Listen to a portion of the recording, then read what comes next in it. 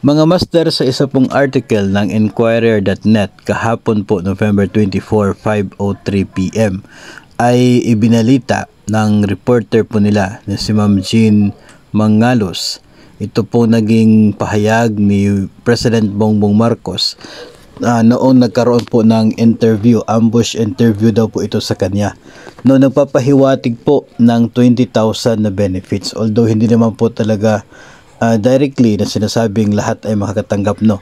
Kasi ayon po dito is government is considering the possibility po of granting 20,000 worth of incentive for qualified government employees in the executive branch. Ito daw po ay ayon kay President Bongbong Marcos.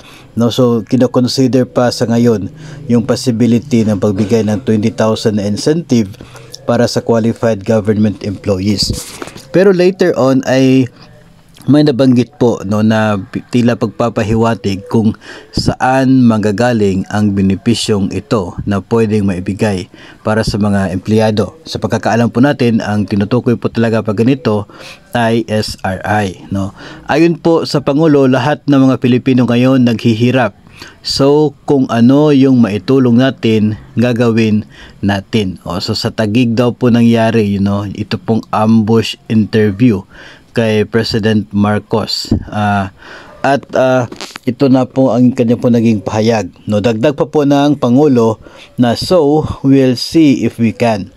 If it is actually viable, if it is financially feasible to give, he told reporters.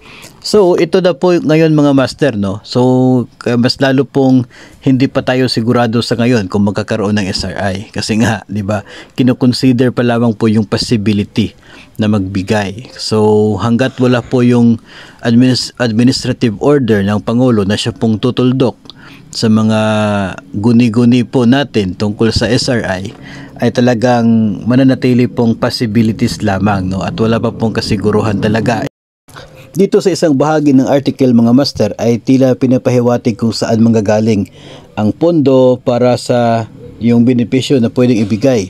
No, ayon po sa presidente, government will have to wait until the end of the fiscal year to see what it can afford to give to its workers. Ang mga statements po na yan mga master ay nagpapahiwatig na wala pong additional fund na ibibigay ang gobyerno for that particular benefit na binabanggit, kundi manggagaling sa current na pondo, no, manggagaling sa savings. Kasi nga ayon dito, hintayin pa yung katapusan ng taon para malaman kung ano yung kayang maibigay sa mga empleyado, no. So in short, hihintayin yung katapusan ng taon para malaman kung mayroon pang natirang pondo, mayroon pang savings, at yun yung kayang i-afford for the government employees. Wala naman po problema kung manggagaling sa savings ang SRI kasi maraming taon na rin na ganun po ang nangyayari. In fact, dong pinakauna lamang sa SRI nangyari po na mayroong additional fund binigay ang gobyerno. That was SRI 2019 na 10,000 maximum, 7,000 binigay ng DBM, 3,000 galing sa savings kung may savings ang agency. After that, 2020, panahon po ng COVID-19 ay purely galing na sa savings ang ito pong SRI na siya pong binibigay para sa mga empleyado ng gobyerno. So, nasanay na po tayo dyan na manggagaling sa savings ito pong SRI. Kaya nga ay possibilities lamang, no, yung mga halaga na binabanggit. Kasi maximum amount po yun. Ang pinakatotoo po talaga makukuha ng mga empleyado ay kung magkano yung kayang maibigay ng agency. So kung magkano po yung available na pondo na pwede paghati-hatian ng mga empleyado, yun po ang talagang tinatanggap na Service Recognition Incentive or SRI. So at least naman mga master ay dito po sa article na ito ay nakikita po natin na hindi po nakakalimutan ng Pangulo, no, ito pong tungkol sa SRI. Kahit nga po magtatapos na po itong Nobyembre ay hindi talaga wala pong pagkalimot sa part ni Pangulong Marcos tungkol sa SRI kasi kinakonsidera po, tinitingnan po nila yan sa ngayon. At hindi naman po natin masasabi na it's too late, no? Kasi nung dati, SRI 2022, December 16 nga lumabas yung order. So, ngayon ay November 25 pa naman, so medyo mahaba-haba pa yung time na kung ikukumpara po natin doon sa nagdaang taon.